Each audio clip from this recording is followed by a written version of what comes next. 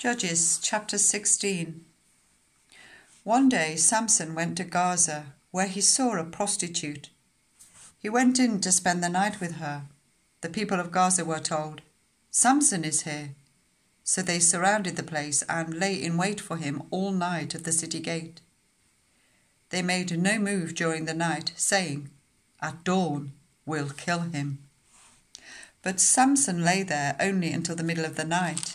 Then he got up and took hold of the doors of the city gate, together with the 2 posts, and tore them loose, bar and all. He lifted them to his shoulders and carried them to the top of the hill that faces Hebron. Sometime later he fell in love with a woman in the valley of Sorek, whose name was Delilah. The rulers of the Philistines went to her and said, "See if you can lure him into showing you the secret of his great strength and how we can overpower him, so that we may tie him up and subdue him. Each one of us will give you 1,100 shekels of silver."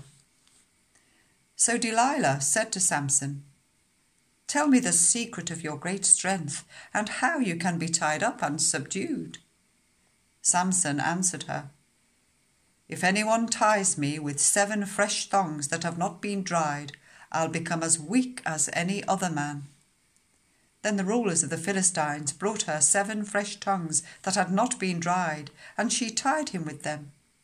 With men hidden in the room, she called to him, "Samson, the Philistines are upon you."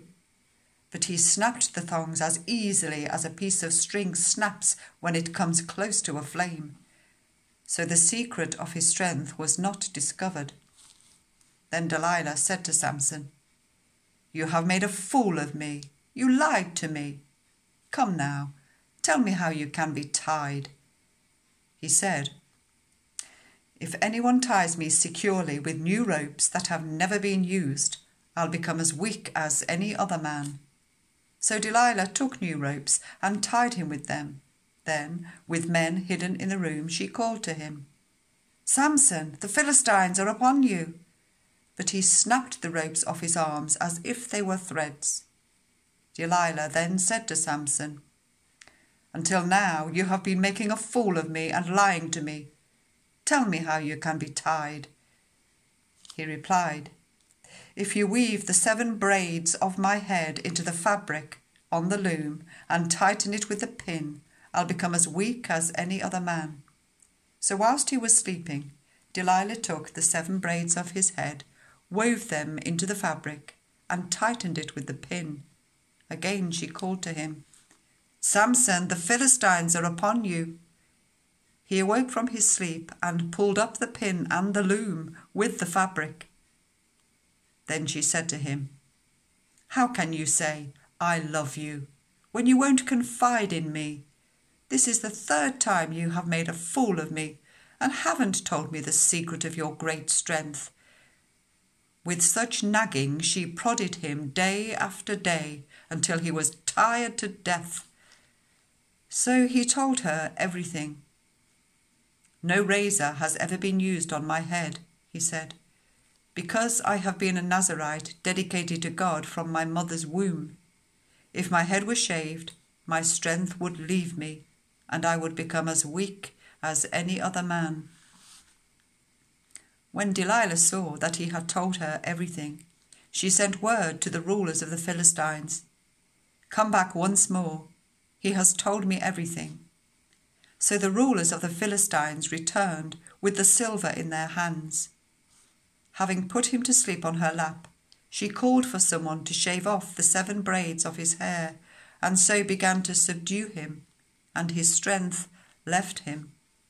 Then she called, "Samson, the Philistines are upon you." He awoke from his sleep and thought, "I'll go out as before and shake myself free." But he did not know that the Lord had left him.